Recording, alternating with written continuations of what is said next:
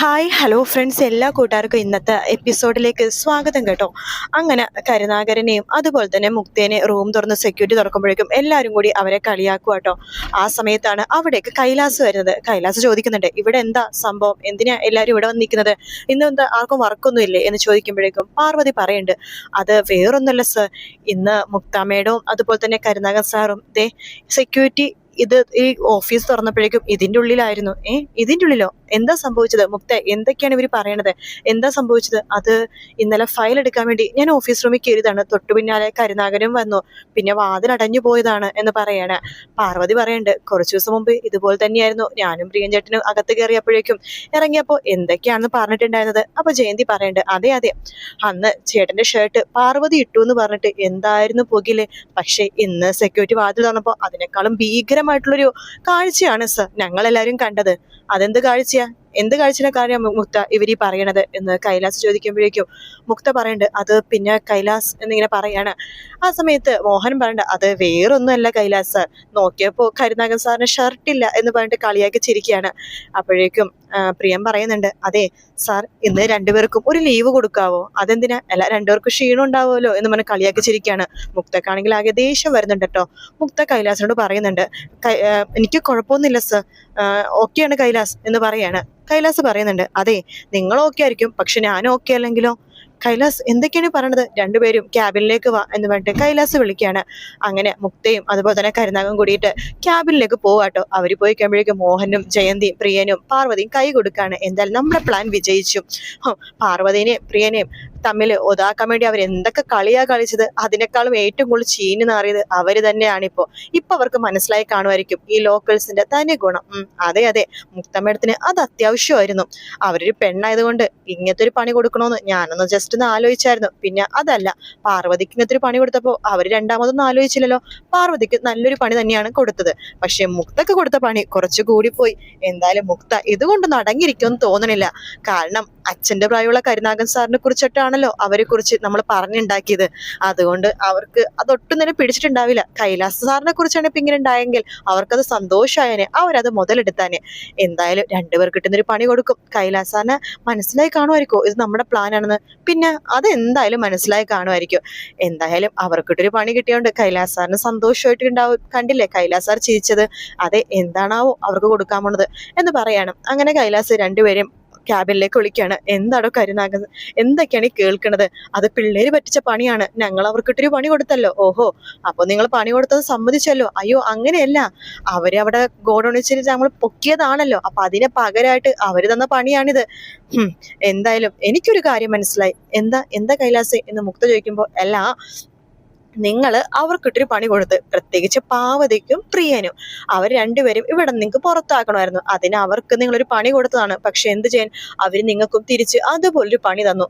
ഒരു ദിവസം ഓഫീസ് റൂമിൽ ലൈറ്റും വെളിച്ചമൊന്നും ഇല്ലാതെ ഇരിക്കുമ്പോഴുള്ള ബുദ്ധിമുട്ട് നിങ്ങൾക്ക് മനസ്സിലായി കാണുമല്ലോ. എന്തായാലും ഇതിപ്പോ എല്ലാവരും കൂടി നാറ്റ കേസാക്കും. കാരണം അവര് പറഞ്ഞതൊക്കെ കേട്ടില്ലേ, നിങ്ങള് പാർവതിനെ കുറിച്ചൊക്കെ എന്ത് മോശമായിട്ടാ പറഞ്ഞത്. അതിന്റെ 4 ഇരട്ടിയായിട്ടല്ലേ ആ മോഹനും അതുപോലെ തന്നെ പ്രിയനും ജയന്തിയൊക്കെ നിങ്ങൾക്കിട്ട് തന്നത്. പിന്നെ പാർവതി ഒട്ടും മോശമൊന്നല്ല.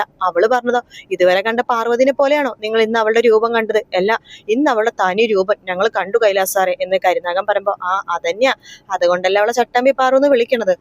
എന്നാലൊരു നാട്ടും പുറത്ത് കാര്യത്തിക്ക് ഇത്ര അഹങ്കാരമോ?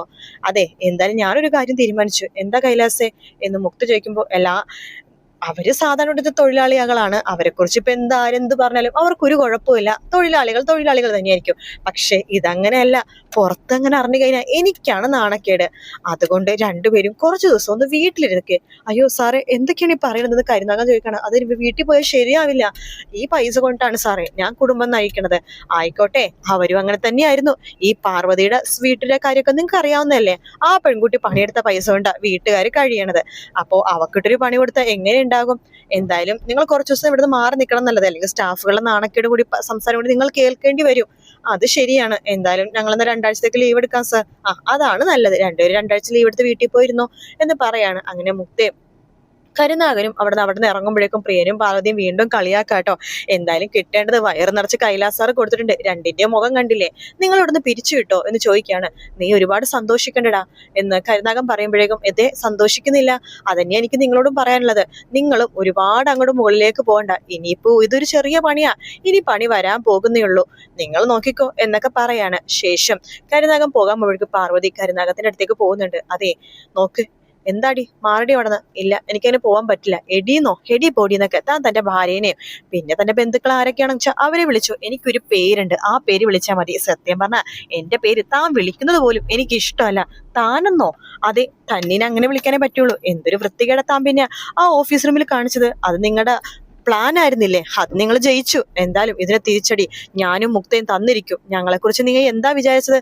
അയ്യോ ഞാൻ നിങ്ങളൊന്നും വിചാരിച്ചില്ലേ, വിചാരിച്ചിടത്തോളം ഞങ്ങൾക്ക് മതിയായി എന്നൊക്കെ പറയാണ്. വെച്ചിട്ടുണ്ട്, ഞങ്ങളെ പോയിട്ട് തിരിച്ചു വരട്ടെ, വെച്ചിട്ടുണ്ട് എന്നൊക്കെ പറഞ്ഞിട്ട് കരുനാഗ അവിടുന്ന് പോവാണ്. അതേസമയം പാർവതിയുടെ നാട്ടിലെ അമ്പലത്തിൽ ഉത്സവമാട്ടോ വരുന്നത്. അപ്പൊ പാർവതി വരും എന്നൊക്കെ പറഞ്ഞിട്ട് അയാളിങ്ങനെ കാത്തിരിക്കണം. അപ്പൊ അയാൾ പറയുന്നുണ്ട്, എന്തായാലും ഉത്സവമല്ലേ, ഉത്സവത്തിന് അവള് വരും. പാർവതി, അവൾക്കിട്ടൊരു പണി കൊടുക്കണം. പാർവതി വരുമെന്ന് ഉറപ്പാണോ? അല്ല, അവളിപ്പോ വലിയ കമ്പനിയിലൊക്കെ അല്ലേ ജോലി ചെയ്യണത്. എന്ത് ജോലി? അവിടത്തെ വെറും ഒരു സാധനങ്ങൾ എടുത്തു കൊടുക്കലും പിടിക്കലും വാങ്ങലും കാപ്പി കൊടുക്കലും ഇല്ലേ, അതൊക്കെ ഒരു ജോലിയാണോ? എന്തായാലും അവൾ ഉത്സവത്തിന് വരട്ടെ, അവൾക്കൊരു ഒന്നൊന്നര പണി കൊടുക്കണം. അവിടെ പോകുമ്പോഴല്ലേ അവൾക്ക് ചോദിക്കാനും പറയാനൊക്കെ ആൾക്കാരുള്ളത്. ഇവിടെ അവൾക്ക് നല്ലൊരു പണി കൊടുത്തേ പറ്റൂ എന്നൊക്കെ പറഞ്ഞിട്ട് ഇരിക്കാട്ടോ. അങ്ങനത്തെ ഒരു ഭാഗമായിട്ട് നമുക്ക് പ്രൊമോയില് കാണിച്ചത്. എപ്പിസോഡിലും ഇത്രയും ഭാഗങ്ങൾ മാത്രമേ ഉണ്ടാവുള്ളൂ. എന്തായാലും മുക്തേനെയും അതുപോലെ തന്നെ കരുനാഗത്തിനും കൈലാസ് നല്ലത് കൊടുക്കുന്നുണ്ട്. അവർ രണ്ടുപേരെയും അങ്ങനെ കുറച്ച് ദിവസത്തേക്ക് കമ്പനിയിൽ കയറണ്ട, നിങ്ങൾ അങ്ങോട്ട് കുറച്ച് ദിവസം കഴിഞ്ഞിട്ട് വന്നാൽ മതി എന്ന് പറഞ്ഞിട്ട് ടെമ്പററി ആയിട്ട് അവരെ ജസ്റ്റ് ഒന്ന് പുറത്താക്കുന്നുണ്ട്.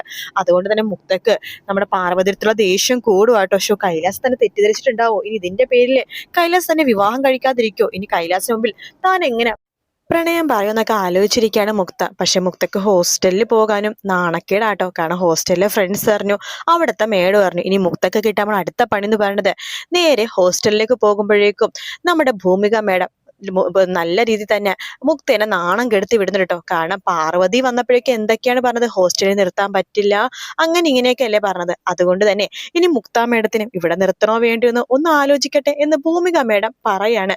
എന്തായാലും മുക്ത കുറച്ച് നാളത്തേക്ക് വീട്ടിൽ പോകുന്നുള്ള കാര്യത്തിൽ ഒരു സംശയവുമില്ല. എന്തായാലും ഇനി കുറച്ച് ദിവസത്തേക്ക് മുക്തേനെയും അരവിന്ദനെയും അതുപോലെ തന്നെ കരുനാഗത്തിനെയും ഒന്നും കാണിക്കത്തില്ല. ഇനിയിപ്പോ പാർവതിയുടെ അമ്പലത്തിൽ ഉത്സവം ഇതുകൊണ്ട് തന്നെ പാർവതിയുടെ വീട്ടുകാരെയും ചേട്ടനെയും അതുപോലെ തന്നെ അവിടുത്തെ ഗുണ്ടകളെയും കാര്യങ്ങളൊക്കെ കാണിക്കുന്നുണ്ടാവും. പിന്നെ പാർവതി പ്രഗ്നന്റ് ആണെന്നുള്ള കാര്യം വീട്ടുകാരെ അറിയുന്ന ഭാഗവും നമുക്ക് കാണിക്കുമായിരിക്കും. എന്തായാലും കാത്തിരുന്ന് കാണാം. എപ്പിസോഡ് വന്നിട്ടില്ല, ഉച്ചക്ക് കഴിഞ്ഞിട്ട് വരുവാണെങ്കിൽ തീർച്ചയായിട്ടും എപ്പിസോഡിന്റെ റിവ്യൂ ഇടുന്നതായിരിക്കും. രാത്രിയാണെന്നുണ്ടെങ്കിൽ ഇടാൻ പറ്റില്ല, അതുകൊണ്ട് പ്രൊമോ റിവ്യൂ മാത്രമേ പറയുന്നുള്ളൂ കേട്ടോ. വീഡിയോ ഇഷ്ടപ്പെടുകയാണെങ്കിൽ ലൈക്ക് ചെയ്യാനും അതുപോലെ തന്നെ സബ്സ്ക്രൈബ് ചെയ്യാനും കമന്റ് ചെയ്യാനും മറക്കല്ലേ. മറ്റൊരു വീഡിയോ ആയിട്ട് വീണ്ടും കാണാം ഫ്രണ്ട്സ്. എല്ലാവർക്കും ടേക്ക് കെയർ, ബൈ ബൈ.